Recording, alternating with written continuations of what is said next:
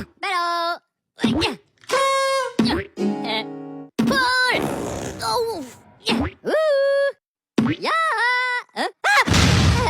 Woohoo!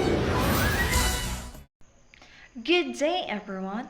My name is Katrina Baman from the BE Ed program. Are you familiar with the MTBMLE? Why do teachers incorporate situations and things in our lessons that are relevant to our community?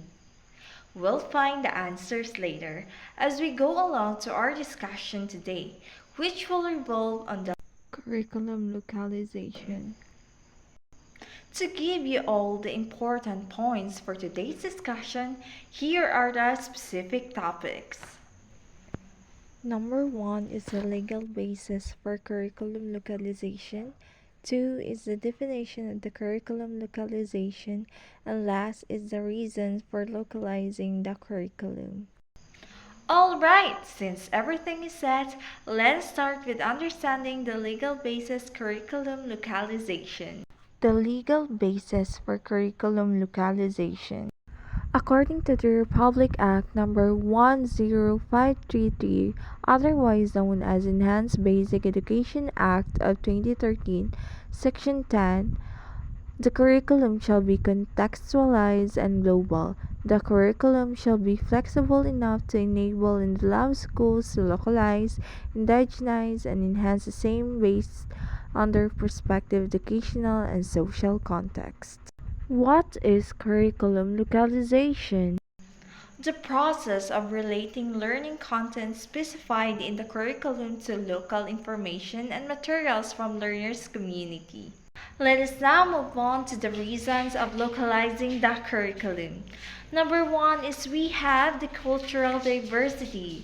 By adapting educational content to align with local languages, customs, and cultural norms, localization enhances students' understanding, engagement, and retention of information. Example, in a diverse classroom, students may learn about different cultural celebrations, foods, music, and art forms. This exposure not only broadens their knowledge but also helps them develop a sense of curiosity and appreciation for different cultures. The second one is the geography. The learning environment is also considered in localizing the curriculum in order to know the needs of the learner or to address the diversity needs of the learners. Example, teachers provide relevant materials present in the community. The last one is the individuality. Learners are unique. They have different tastes in learning. Thus, there are individualized instructions addressed to each learner. Example, to ensure that the learning resources you will use are appropriate for your diverse students, you must be aware of their strengths and weaknesses. So that's it for today, guys. I hope you learned something. Goodbye.